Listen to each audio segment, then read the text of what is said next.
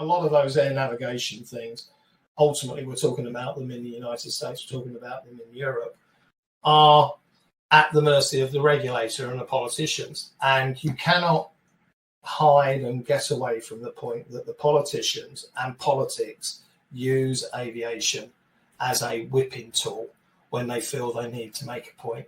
So at the moment, you've got Delta Airlines and Aeromexico, who have had a commercial relationship for decades, suddenly being pressurized by the US administration because American and United would like more slots at downtown Madrid city centre airport.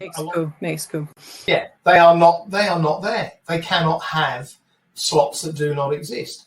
And the alternate is to use another airport 30 miles away. It is a Heathrow Gatwick analogy running over. And why should Delta and Aeromexico have to give their historic rights, markets that they've developed over years and lost money on at some point over those years, to satisfy the regulator and their requirements? It's just politicking at the expense of aviation. I think that one of the challenges, and you can apply that to Europe just as easily, and indeed other markets, is that aviation is a long-term business, both in terms of the construction of infrastructure, and for airlines investing in fleet. You're in it for the long term.